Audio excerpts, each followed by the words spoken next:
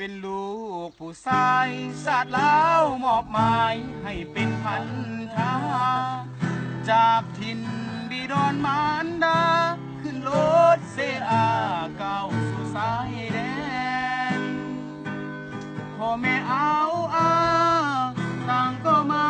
ผูกคอต่อแขนคิดฮอดเจ้าลายเด้แฟนไปอยู่สายแดนย่านแฟนเปลี่ยนใจอายเป็นทหารต้องลานุ่งขานไปตามหน้าที่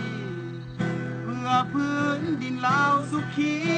แลกด้วยชีวีอายก็ภูมิใจน้องจงรอคอยอย่าใจน้อยไปมีหักใหม่จบพันธะอายจะกลับไปสู่ขอสามไว้ตามประเพณีกอดปืนยืนหนาวส่วนน้องกอดผู้บ่าวเคียงกายหูข่าวจนน้ำตาไหล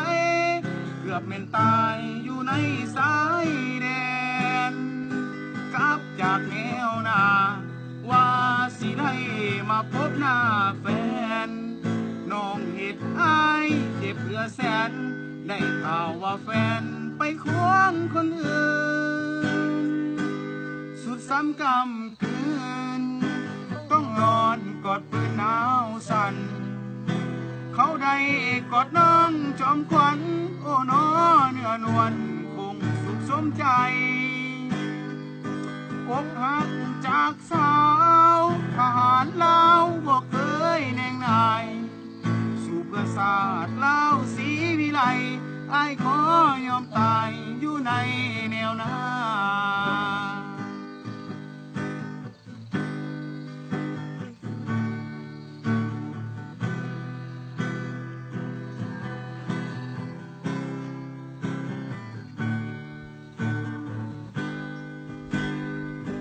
กอดปืนยืนหนา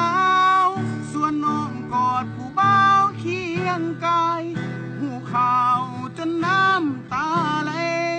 เกือบเป็นตายอยู่ในสายแดนกลับจากแนวหน้าว่าสิได้มาพบหน้าแฟนน้องเห็นอายเจ็บเหลือแสนได้ข่าวว่าแฟนไปควงคนอื่นสุดซ้ำกำกืนต้องนอนกอดปืนหนาวสั่นเขาได้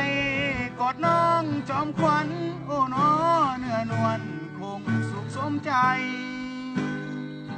อกหักจากสาวทหารลาวบอกเคยแนงนายสู่ประสาทลาวศรีวิไลอ้ายขอยอมตายอยู่ในแนวหน้า